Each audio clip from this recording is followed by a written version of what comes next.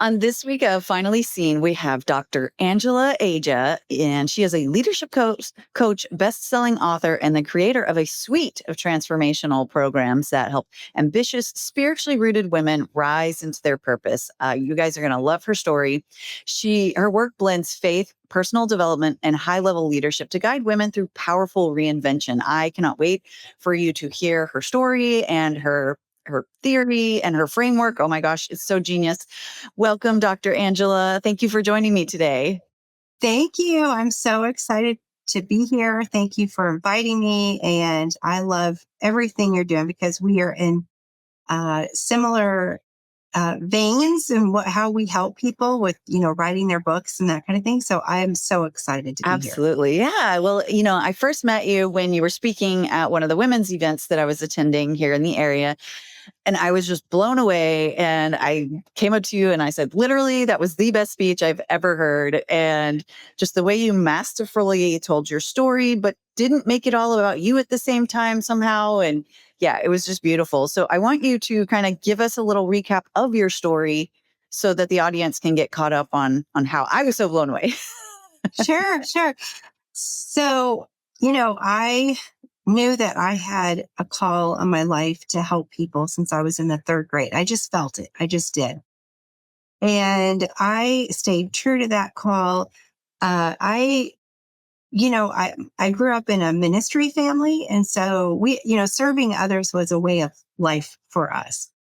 And I ended up going to Bible college and I was just ready to be single all of my life. Like I literally just wanted to spend my life serving others. Wow. And I felt very strong about that.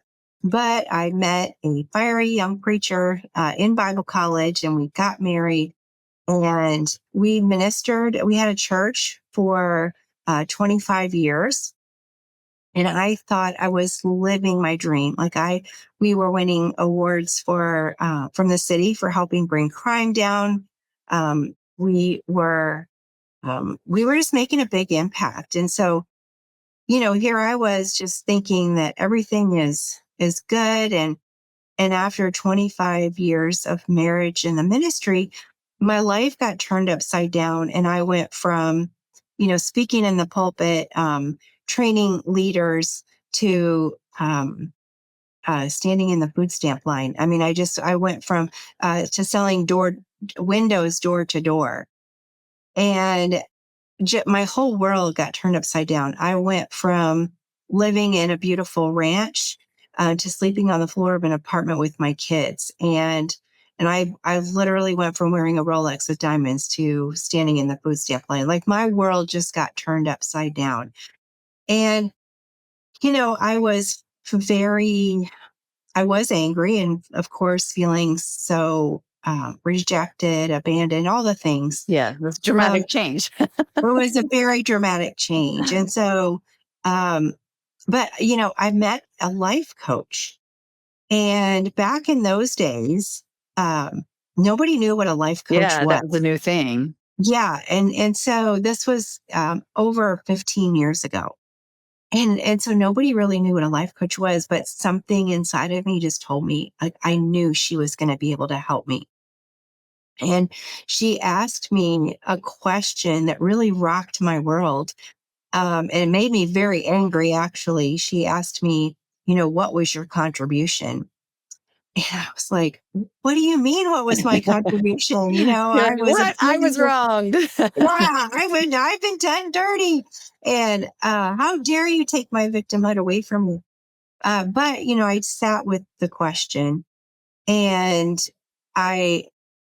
out of that came really the foundation for everything I do today. And I realized that my contribution was that I didn't know who I was, why I was here, or what I was here to do. Growing up in church, I was the Sunday school queen. And so I knew my identity in Christ. Like I knew the scriptures backwards and forwards, but I didn't know who I was as a woman. And so I became the woman that I was supposed to be instead of the woman that I had been created to be. And so along the way, I began to do a deep work on myself. And then I realized, like, this is what I want to do for other women. I want to help women do this as well. And that was where my whole business was birthed from, was from my own transformation. So I started my coaching business. I started helping women. I realized that I wasn't the only one, and you didn't have to go through divorce or, some like painful, traumatic thing to lose yourself. Most women, I realized, had lost themselves along the way Yeah. and didn't even realize it. I mean, you're right. Even without trauma, a lot of women just get in the cycle of taking care of the kids or, doing the household. Many of us own businesses, and it's just like, get up, rinse, repeat, get up, rinse, repeat. And then Yes. it's like, especially once the kids leave, you're like, wait, what? Yeah. Yeah. Who am I now? Yeah. Exactly. Yeah. And so that's why I help women. I call it an identity makeover. And it's not becoming someone different, but it's coming back home to you and really getting clear about who you are, why you're here and what you're here to do. And then along the way, which I know you'll probably bring up in a minute, but that's when I had this kind of revelation, this divine download, I call it, where I saw how our lives as women mimics the journey of a caterpillar to a butterfly, and I wrote my first book. It's such a brilliant metaphor. And I know you talk about 5 stages of the rise of a woman. I guess I'll tee it off so you can talk about your 5 stages that you've identified. Sure. So, the 5 stages are really, it begins with the ordinary. And in the ordinary, I liken this to the fuzzy little caterpillar. And, caterpillars have thousands of legs. And so life is just kind of crawling along, eking by. You feel like you're just surviving. And not only that, but a caterpillar has beady little eyes. And so when we are, in this season of our lives as a caterpillar, we don't have a vision. We've lost our vision. We can only see what's right in front of us. And that's where I was. Even though I was a leader in our organization and making a difference, that's where I was. So you go through the ordinary, and um, for me, I remember I feeling stuck in the ordinary, but these dreams of an extraordinary impact haunted me at night. And so but it was, going through that season, it thrust me into what I call the cave. And that cave season is where we go into the cocoon. And, when we go into that cocoon season of our lives, the cocoon is lined with silk. And so there's a grace for us. What we have to surrender to the process. The caterpillar cannot become a butterfly without that process. And most women avoid that like the plague because it is a very lonely season of deep reflection. And so, in this stage, of course, you've heard me say this before, but when the little caterpillar goes into the cocoon, she cannot excrete. And so she's swimming in her own stuff. She's swimming in her own fears, failures, and imperfections. And I remember being in that, what I call when I went through my divorce, I call that the dark night of my soul. And being in that dark night of my soul, it really thrust me into that season of I felt like I was in a cave. Swimming in But your own poo. I was swimming in my own poop. That's right. Like I was swimming in like m- all these thoughts of what I went through has defined me. I'm never going to be used again. Who wants to hear from me? I'm broken, all these things. And so, but I just decided to sit there and I used that time to do that deep work and really to identify who I am, why I'm here, what I'm here to do. And I developed out of that this identity makeover where, we have to get back to understanding our true personality because most women are living the personality, uh, that version of themselves that has, it's a result of what they've experienced. So there's a lot of self protective mechanisms there. And so I realized I had to be, strip myself of who I was. I had to let go of who I was so I could become who I was created to be. And that's what the caterpillar does. Because it's important to say right here that the caterpillar does not turn into the butterfly. I think this was one of the things that blew my mind that night. Yeah. The DNA of the butterfly is trapped inside of the caterpillar. And so the caterpillar has to go into the cocoon. And when she does, enzymes are released that liquefy her into liquid goo. And so she literally has to let go of who she was so that she can become who she was really created to be. So the DNA of the butterfly can be released out of her, reshaped, reformed, and then revealed to the world. Without that, letting go of the version of you that got you here, you can't become the version of you that will get you where you're called to be. I love that. And so, and that's where, she's swimming in her own stuff and all of that. And then, so then the next stage is just the metamorphosis. And this is where we are going through that transformative process, really embracing it and not trying to get out of the cocoon before it's time. And so, and the life coaching part of what I do is I help women really embrace that season and walk them through a clear process so they don't get stuck in the cocoon. Hmm. I saw an interesting meme yesterday, and it was two what looked like mostly identical chickens that had been cooked, baked in the oven. And it said one was baked at 900 degrees and it quickly charred and burned within minutes. And the other was cooked at, I don't know, 350, whatever, a reasonable thing for the perfect amount of time. And it looked beautiful. And it was a great metaphor for, like what you're talking about. We can try and rush to the ending, but we'll end up a cooked, burnt chicken. That's right. That's right. That's a good analogy. Burnt chicken. Yeah. And so, in the book, as I walk women through these 5 stages, a lot of times I hear women say, like, they thought they were already at stage 5, they were already soaring. And after reading the book, they realized, oh my gosh, like I skipped the cocoon. And, when you skip the cocoon, then it's like you're a caterpillar wearing wings and it's not the real deal. Yeah.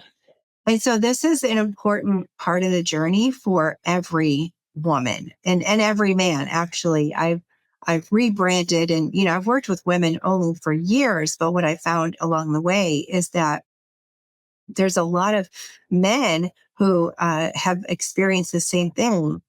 And so, a lot of times women will say, hey, you've worked with me. I've been rising up, but I need the man in my life to rise up too. And so, it's really about the human experience. This is not just what women go through, but I do talk about, in the book, I talk about, uh, Queen Esther in the Bible and then King David and some other biblical characters that if you look at any hero of faith or any hero of our past, it's every single one of them have gone through this whole process. Hmm. And so it is so necessary. And, it's kind of my, what do you call that? My stage, that I'm, like, hey, we all need to go through this process and quit, avoiding it because we really need that deep sense of authenticity. And authenticity has become a buzzword, Mhm. but this authenticity is getting back to who you are at your core. Yeah. Yeah. So then once you go through that, you embrace the whole process. You're swimming in your own stuff and you just let it do what it's supposed to do. Then you become this fully formed butterfly. We become developed as women. We become emotionally and mentally strong, and I like to say I help you become a powerful chooser. Um, and so, because if otherwise, if you're not choosing, then that leaves you the victim, Mm. even of your own emotions. Sometimes people say, like, you made me mad. Well, if you made me mad, then I can't not be mad until you change. So that leaves me the victim of you, and because that leaves me powerless. I can't do anything until you change. And so that's all a part of the process. But anyway, Love it. so then we get to stage 4, and that's the debut. And that's when you break out of the cocoon. And here you are, this, fully formed butterfly. You feel like I've stepped into my new season. I'm there, right? But this fully formed butterfly is still trapped in the cocoon. So we feel like, okay, like I've gone through the process, but I still feel like I'm in a tight place. And so the only way for her, the butterfly, to get out of the cocoon is to kick her way out. And so she begins to kick and kick, and she finally breaks through. She falls to the ground. And I always say, breakthrough is hard work. So not only staying in the cocoon and developing, but then also being supported while you're breaking through and deciding, while the cocoon, there's a lot happening and it's lonely, it's also a safe place. And so then you have to be willing to, like, put yourself out there and show up in the world and use your voice in a powerful way now that you're fully developed. And that takes some getting used to.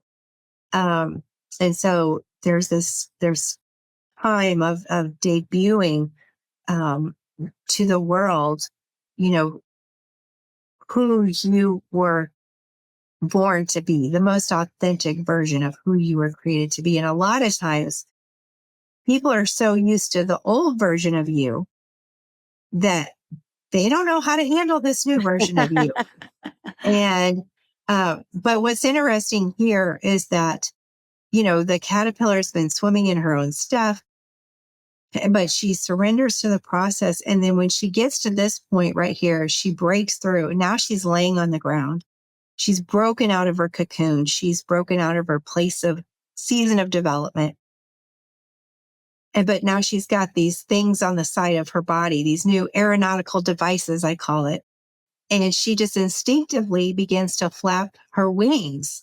And they're wet and they're heavy and they're gooey, but she just starts flapping. And this is pure science. But as Love it. she begins to flap her wings, it forces all of the excretion back up into her body and into her wings, and it hardens. So cool. In other words, all of the crap you've been through is what gives your wings the strength to fly. It's amazing.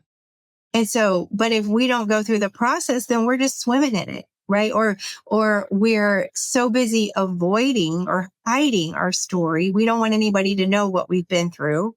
We don't want anybody to know. We don't want to lay all our, stuff on the table for everybody to see.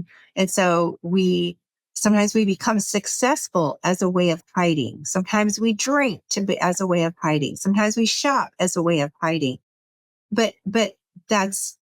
we don't have to do that. Like, we can use our story in a very powerful way.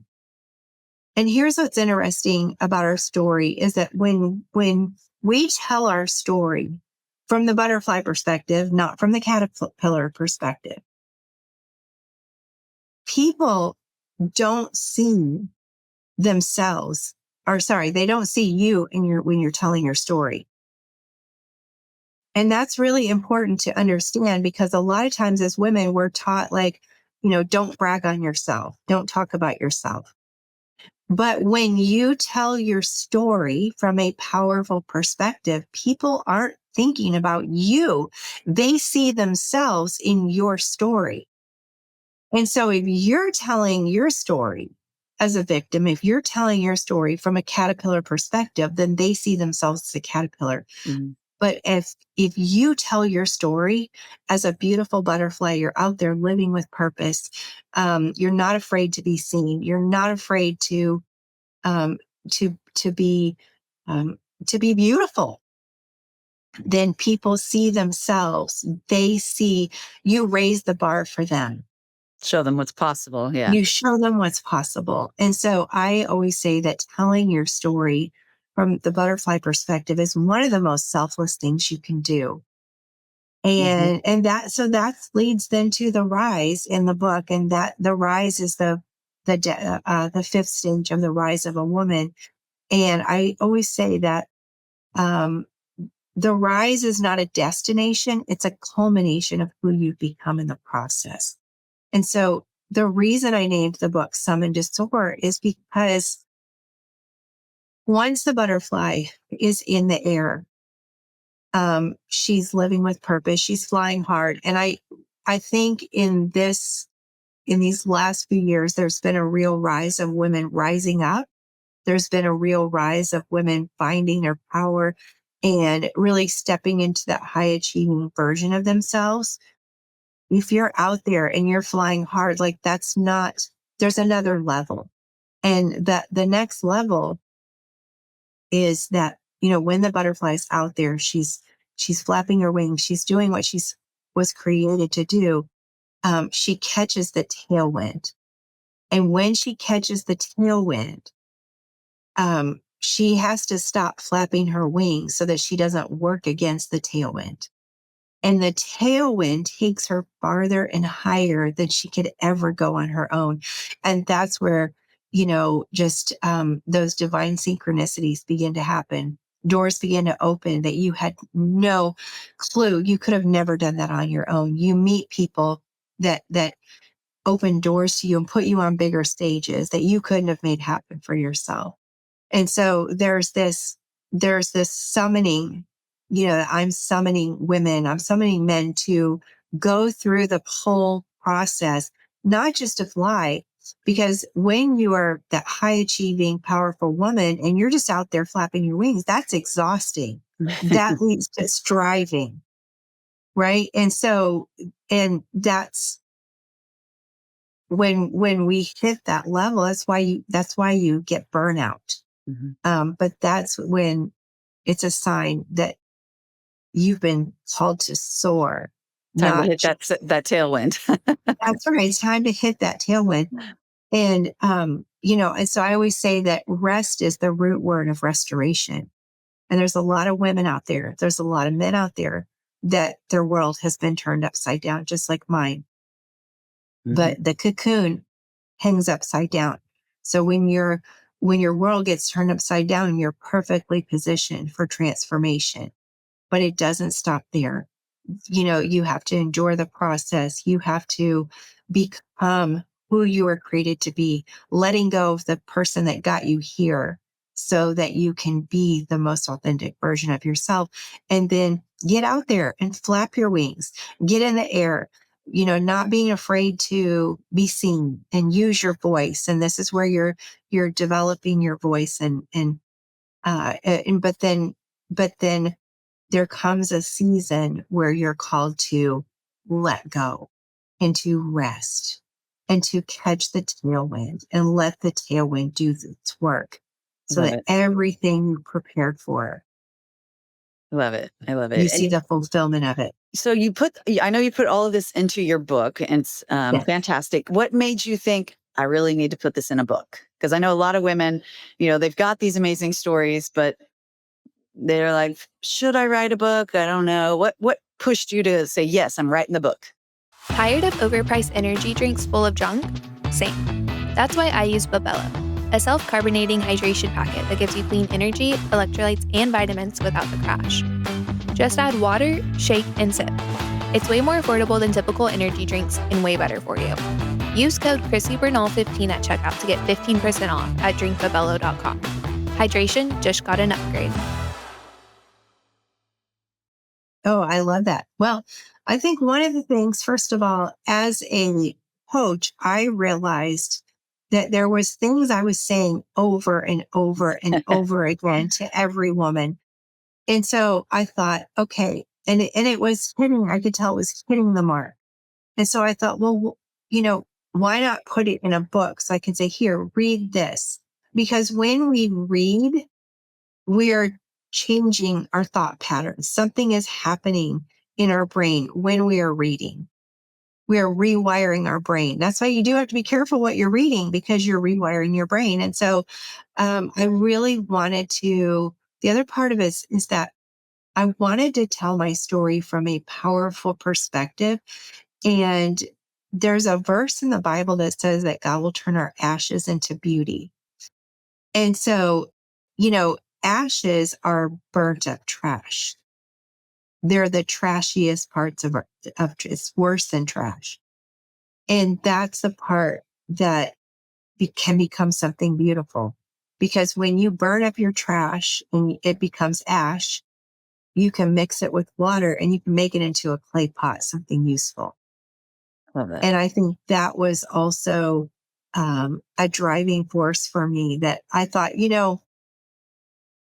I'm not the only person who has gone through something like this. But I know that I have been given the steps to help those ashes be turned into something beautiful. And I came up with, a pathway, a very simple pathway that if you follow this pathway, it works. And you can be successful with and feel fulfilled and significant and truly joyful. And, when you turn your story into something like that, that is forgiveness. You can't do that without forgiveness. Mm. Not only forgiving those people that hurt you, but also forgiving yourself and forgiving the parts of you that, I should have done this. I should have known better. I should have seen the red flags. I should have, all those things. And so I think there's just, so part of the rise, part of soaring is I now help women and men write their books and turn their story, their tragedies into triumph. Love it. And what we do is we go through the process of identifying, who you are at your core, but then what is that authentic story, and use your story. I help women become the expert of their own story, because a lot of times we're so afraid to call ourselves an expert because we think, well, I need more training. I need more degrees. I need more experience to be the expert. But there's only one difference between a novice and an expert. And again, a lot of people say, well, maybe that one difference is I need more of this. I need more time. I need more letters behind my name. The only difference between a novice and an expert is who you decide to show up as. And Yeah. so because here's the thing, when we say expert, I'm not asking you to be the expert of brain surgery. I'm asking you to be, you are the expert on your story. Yeah. And I love that, you're doing that, because even though, like you mentioned, other people had gone through something similar to what you have, or something, as traumatic, but maybe in different ways. But even when it is very similar stories, the two experiences have different aspects that are going to resonate with other people. Yes, And so I love that you're encouraging women and men, of course, to tell their story, even if they think, oh, that story's been told. It's like, no, your story hasn't been told yet. that's right. That's right. And, here's the thing is, like, maybe some of the things that I say are what other people are saying right now, Oprah or Mel Robbins or, but those people are untouchable, right? They're so big, they're untouchable. And so, but I realized there are women that I can get out and get in front of right now. And I might be saying something similar, but I came to that conclusion in a different way, right? Mhm. Because of my story. And so I'm here. I can get in front of people. And even though like Oprah, Mel Robbins, Tony Robbins, whoever, the gurus, even though they're saying the same things, like you said, like you resonate with different people.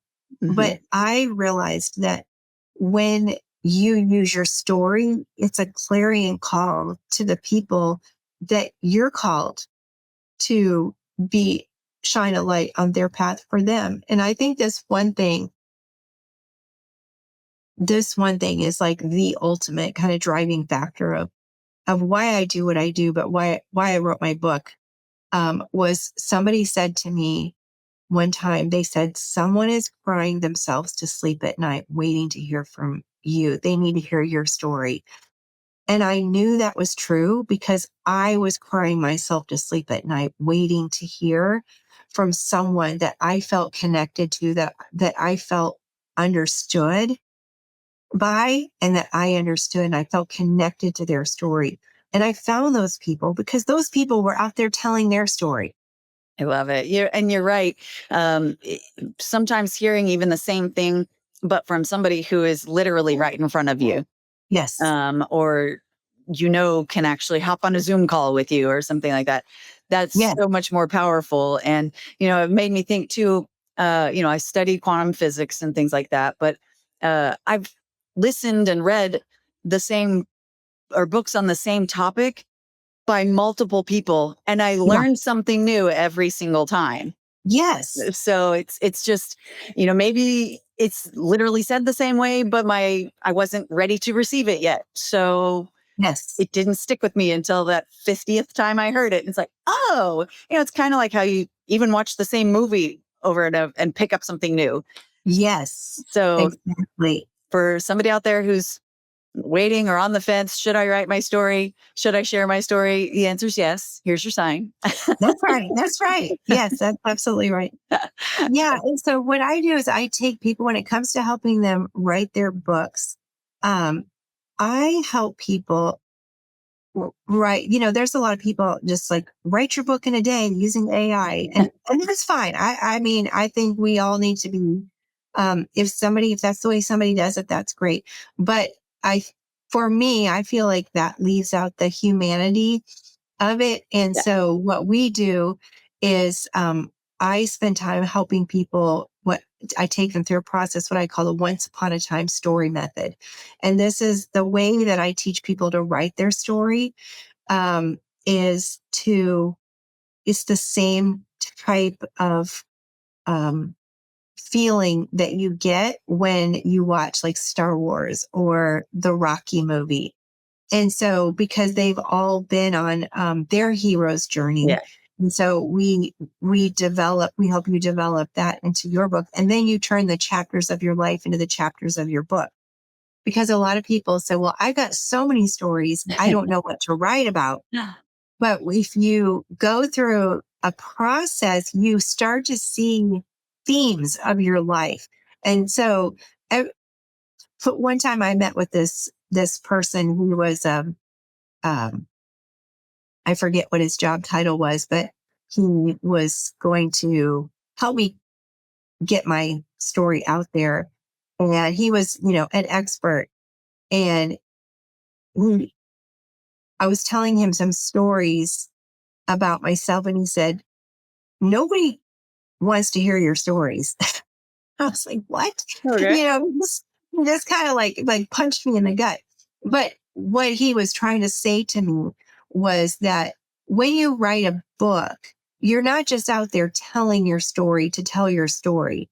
And there's a way to do it that you're not throwing people under the bus. Mhm. But what he was saying to me is that people don't care about your story. They care about their pain, and Mhm. they care, can you get them out of pain?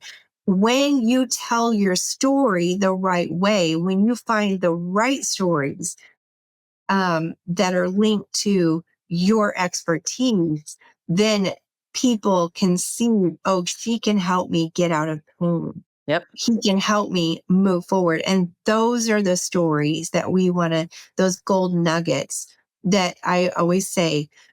So we mine the diamonds of your past that you've only seen as lumps of coal up until now. I love that. Ding, ding, ding, ding, ding. Yeah.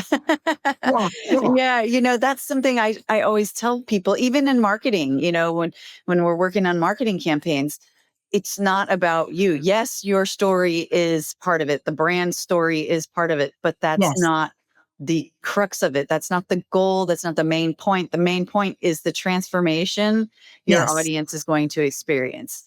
that's right. That's all they care about. Yes, And exactly. it's like they don't care about how the sausage is made either. They just want the Yeah, sausage. that's So right. it's like, here's my pain. I just need it fixed. I don't care how you're going to do it. So just tell me how, and or tell me, just transform me.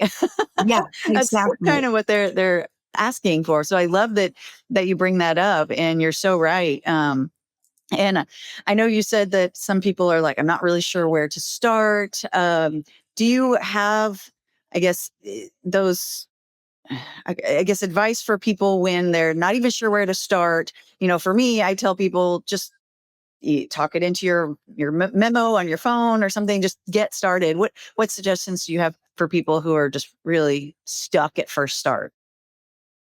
No, that's a really good question. So, um, I think there's a couple things that you can do to get started. Number one, um, I would journal. Mhm. Look at some of the things that you've been through and find those common threads. And what are those common threads that you feel like, oh, I could talk about this for days. Like I am the expert on this. Like you could be the expert on rejection. You could be the expert on um, feeling abandoned. You could be the expert on people pleasing, perfectionism. But you just look for those threads, Love it. and then what are the ways that you have done? What are the things you have done to move you forward? And those become parts of your pathway. And then your pathway, each step in your pathway becomes your chapters. Yeah. And so, I think just sitting down and really thinking about your life, or, you can reach out to me and we can schedule a VIP day and have your book done from front to back in a day, the outline of it, not Yeah. your book. I mean, Yeah. Obviously. there's the writing process, but a lot of times people come to me and they're like, I know I have a book inside of me, but I have no idea Yeah. what it would even be about. And by the end of our time together, like they have their book laid out front to back. And so it's also like trusting the process Hmm. and that you may not have to, if you don't want to do it on your own and, spend a lot of time figuring it out, you don't have to. But I will say I have a masterclass that's coming up. Oh, nice. Yes. And it's called Your 7-Figure Story Masterclass. And Nice. so, because what I realized is that your 7-figure story is your soaring story. So it's not about, oh, I'm going to make 7 figures, but you cannot even make, let's say, 6 figures if you're telling yourself a 5-figure story. Hmm. Hmm. If you're seeing yourself as the 5-figure version of you. Yeah. And so when you elevate your story to a 7-figure story, you elevate what's possible. I love it. And I'm Well, glad that you brought that up, because I think a lot of Christian women feel like they shouldn't want to make more money. They should be yes, complacent with whatever they're given. And I was stuck in that same thing thinking, money's evil. And then as I sat and thought about it, I have big visions and they all entail impacting others for the greater good. yes, So as I sat and thought about it, it's like, well, that takes money. Okay. But if I'm not supposed to get money, and then it's like, no, wait, that takes money. So I want to do good with money. I, yes, I deserve money. Yeah, that's right. Yeah, that's right. Yeah. So, you said it earlier that essentially sharing your story is one of the selfless things you can do. And, I say something very similar in that when you're playing small, it's very selfish to play Yes. small. And, I had to say that to myself because I found myself in kind of a freelancer mindset, just kind of, yeah, whatever, undercharging, burning myself out, giving away everything, and just really not feeling fulfilled and feeling burned out all the time. And, seeing this big vision that I wanted. And then finally one day it was like, why are you playing so small? That's really selfish because, like you said, there's Mm, somebody out there crying that needs to hear your story, yes. or somebody out there that you're meant to impact, but you're taking too long to get there because you're Yeah, playing small. So stop being that's it. selfish. That's right. That's exactly right. I 100% I believe that. And that's why, even a lot of times women, when it comes to the life coaching, they'll say, well, I'm so busy taking care of everyone else. But if you're so busy taking care of everyone else, but then you're neglecting your own heart, your own mind, your own emotions, then you're pouring your cup and no one wins. Yeah, And so playing small is just, it's really not an option anymore. 100%. And I know you talked about your masterclass. You have other options for people to work with you as well. Tell us a little bit about those. Sure. So I have a 3-step process. I really believe in the power of community. And so I have a community of queens. I call it the Crown. And it's a community. We meet once a week on Zoom. And when you join the Crown, it's a very small investment. In what we do, I found that there are some things that it's for women who are leaders or want to be leaders. And so I'm developing women, female leaders. But what I realized is that even female leaders were struggling with their self-esteem and confidence, but fears, setting boundaries, Yes. perfectionism, people pleasing, all the things. So we spend an entire month on self-esteem as a leader, because a low self-esteem does not just happen to broken women. Yeah. There is so much there. We dig into so much. So we spend a whole month there. We spend a whole month on what does it mean to have confidence as a leader. Um, uh, And I want to add too, because I think a lot of women think, oh, well, I don't have a leadership position. And I say, you're a leader no matter where you are. yes, if you're leading a home, if you're leading, even leading yourself, if you want to become a leader and you feel like you're not a leader, like just beginning to lead yourself is the very first step. And that's really what the Crown is all about. And so we talk about self leadership, being a powerful chooser over your thoughts, patterns, and emotions. We spend a whole month on self-esteem as a leader, whole month is confidence as a leader, whole month of setting boundaries as a leader, whole month of overcoming fear as a leader. Just month by month, we have how to set goals that are in alignment with who you are at your core. Mm, We talk about your purpose. We talk about your passion, your potential, your core values. We spend a whole month on your intrinsic core values that are different than your core values. And so just really strengthening women to lead from a powerful place. Um, and so that's one of my babies. Like I love that community. And so there's 12 months of the curriculum, and then there's a community every week. And I bring in some, also guest speakers and things like that. So that's the amazing. Crown. And then the next level would be what I call the coronation. And this is where you are writing your book.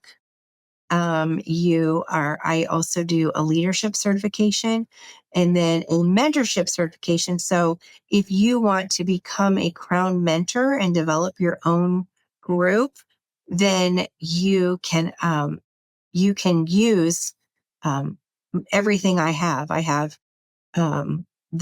the curriculum. I have all the social media for the year. I have emails for the year. I have everything Oh, you need, amazing. and you get to start your own community of queens. And so, so that's part of that training for that is in the coronation. And the coronation is, there's 3 different paths that you can take. Um, and then that's also where I do the life coaching aspect, the identity piece of it. So that's one of the paths. So there's 3 paths to choose from there. You can be an author, authenticity, or authority path. Those are the 3 paths. And That's then, so cool. yes, I love that. And, it's really exciting. So the third path then is what I call the commissioning. And that's if you actually want to become a certified, business coach, then, and you can also, um, have an option to use the crown if you want to, or just start your That's so business cool. there. I love So that. I feel like you have found a great way to help more women quickly.